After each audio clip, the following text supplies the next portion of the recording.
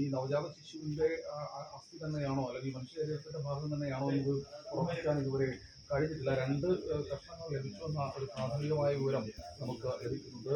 എന്തായാലും മണ്ണൊക്കെ പരിശോധിച്ച് അല്ലെങ്കിൽ മണ്ണൊക്കെ പരിശോധന നടത്തും. അതിനെയും അല്പസമയം മുൻപ് ഇവിടേക്ക് കൊണ്ടുവന്നിരുന്നു. പോലീസിനെ സംബന്ധിച്ചിടത്തോളം ഈ കേസിൽ ആകെയുള്ളത് ഈ അസ്ഥി കഷ്ണങ്ങൾ മാത്രമാണ്. തുടർന്ന് ശാസ്ത്രീയ പരിശോധനകളും നടത്തേണ്ടതുണ്ട്. അതിൽ ഏറ്റവും അടുത്തത് അതിൻ്റെ ഫോണിലെ ചില നിർണായകമായ രേഖകളടക്കം പോലീസിന് വീണ്ടെടുക്കേണ്ടതുണ്ട്. ഫോൺ നശിപ്പിച്ചുവെന്ന് അതൊക്കെയാണ് പറഞ്ഞുകൊണ്ടിരിക്കുന്നത്. ആ ഫോൺ വീണ്ടെടുക്കാൻ ഉള്ള നീക്കം ഒരു ഭാഗത്ത് നടക്കുന്നുണ്ട്. അതെല്ലാം പൂർണ്ണമായി കിട്ടിയാൽ മാത്രമേ ഈ കേസ് കൃത്യമായി എഴുതി അത് കോടതിയിലേക്ക് കൊണ്ടുപോകാൻ കഴിയുകയുള്ളൂ. പിന്നെ രണ്ടാമത്തെ കാര്യം, ഇന്ന് വൈകുന്നേരത്തോടു കൂടി 5 മണിയോടുകൂടി തന്നെ കോടതിയിലേക്ക് കൊണ്ടുപോകുമെന്നാണ് അറിയിച്ചിട്ടുള്ളത്. 2 പ്രതികളെയും കോടതിയിലേക്ക് കൊണ്ടുപോകുമെന്നാണ് അറിയിച്ചിട്ടുള്ളത്. ഇവിടെ നിന്ന് അല്പസമയം മുൻപാണ് പ്രതി ബബിനെ പോലീസ് സ്റ്റേഷനിലേക്ക് മാറ്റിയിട്ടുള്ളത്. എന്നാലും പോലീസിന്റെ ഭാഗത്തു നിന്ന് DSP ബിജുകുമാർ, അദ്ദേഹത്തിനാണ് ചാലക്കുടി DSP, അദ്ദേഹത്തിനാണ് അന്വേഷണ ചുമതലയുള്ളത്. പുതുക്കാട് കൊച്ചി കൊച്ചി കൊച്ചി കൊച്ചി കൊച്ചി കൊച്ചി